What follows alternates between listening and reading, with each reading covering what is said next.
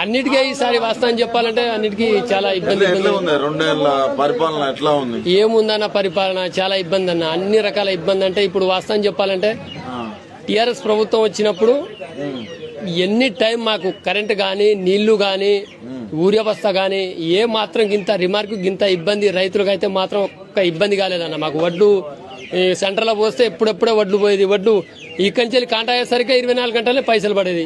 అన్ని రకాల సూపర్ సౌకర్యాలు ఉండే. కరెంటు ఎప్పుడు గిట్ల ఫీజులు కూడా కాలేకపోయేది. ఇప్పుడు ట్రాన్స్ఫారం కాలిపోతున్నాయి, మోటార్ కాలిపోతున్నాయి, కరెంట్ చక్కగా రాక ఈ ఇబ్బందులు ఈసారి గిట్ల ఇబ్బందులు ఎప్పుడు రాలే అసలు. వాస్తవం టీఆర్ఎస్ ప్రభుత్వం ఉన్నప్పుడు వచ్చిన రైతులకు సంబరాలు ఇప్పుడు అసలు లేవన్న.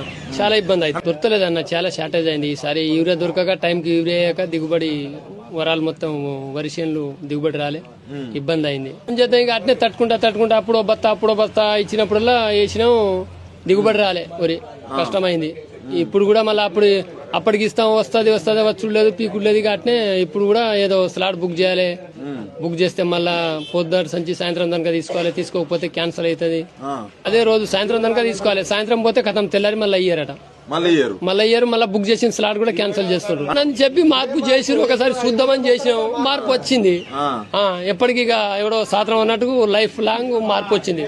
కాంగ్రెస్ కి వస్తే మార్పు వస్తుందని వచ్చింది. 7,500 రాలేదు, 6,000 చొప్పున మాత్రం వచ్చినాయి. మొన్న ఇస్తా ఉన్నారు, మొన్న లేదు, నిన్న లేదు, మళ్ళీ సంక్రాంతికి ఇస్తా అంటాను. టైం పడుతున్నాయా? పడతలేవు, టైం